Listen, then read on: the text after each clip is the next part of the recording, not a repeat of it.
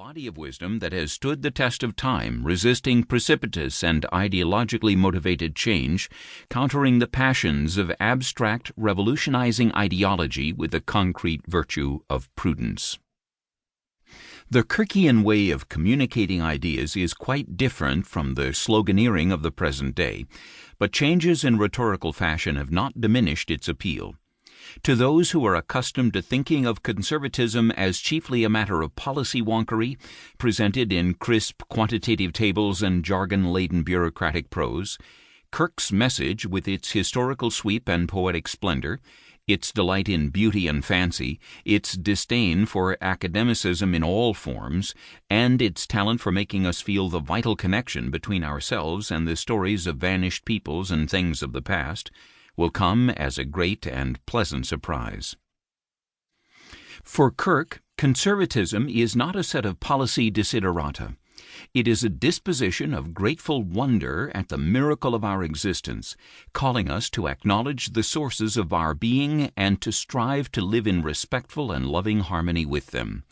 It is grounded ultimately in Edmund Burke's sweeping vision of the contract of eternal society, linking the dead, the living, and those yet to be born in a mysterious triple braid of shared joys, obligations, and memories. One of the many myths about American conservatism is that it is the complacent outlook of the wealthy classes and stands apart from the great American story of individual striving and advancement.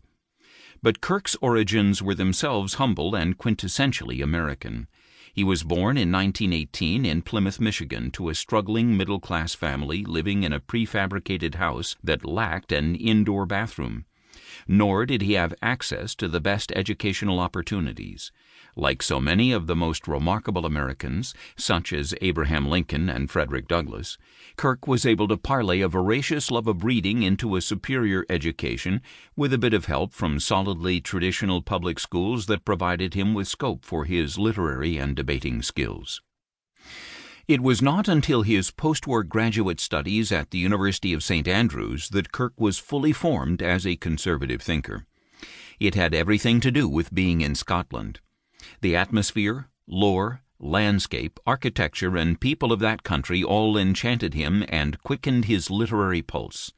He wrote, among other things, 3 books, 7 short stories, and 25 scholarly articles during his 4 years at St. Andrews, establishing a pattern of astonishing productivity that he would continue for another 4 decades.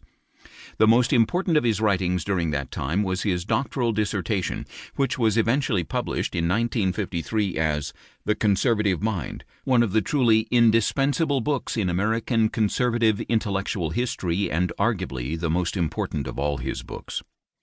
Of course, 1953 was the annus mirabilis for the American conservative mind. In particular, it was an extraordinarily fertile year for conservative books. In addition to Kirk's magnum opus, Robert Nisbet's Quest for Community, Leo Strauss's Natural Right in History, and Daniel Burstyn's The Genius of American Politics were published. And in the years immediately before and after, luminaries such as T.S. Eliot, Ray Bradbury, Christopher Dawson, Eric Voegelin, C.S. Lewis, Whittaker Chambers, William F. Buckley, Jr., and Francis Graham Wilson published works of great and even monumental importance to conservatives. But Kirk did something that none of these other authors did. He sought to prove that Anglo-American conservatism was not a recent invention, that it had a usable past, a venerable history of thinkers extending back at least to Edmund Burke, if not a great deal further, and forward to such contemporary figures as George Santayana and Eliot. And, as his biographer Brad Burtzer has insisted, in Kirk's definition of the conservative, the poetic, literary, and theological superseded the political. As Kirk explained in 1952 to Henry Regnery, the publisher of The Conservative Mind, it was imperative to recognize the great importance in literature as in life of religion, ethics, and beauty. Politics, he snapped, is the diversion of the quarter-educated, and I do try to transcend pure politics in my book. Not that Kirk ignored politics in his own life, nor would he do so today. But he might well complain, were he with us now, that conservatism has been impoverished in recent years by an overemphasis on ideological forms of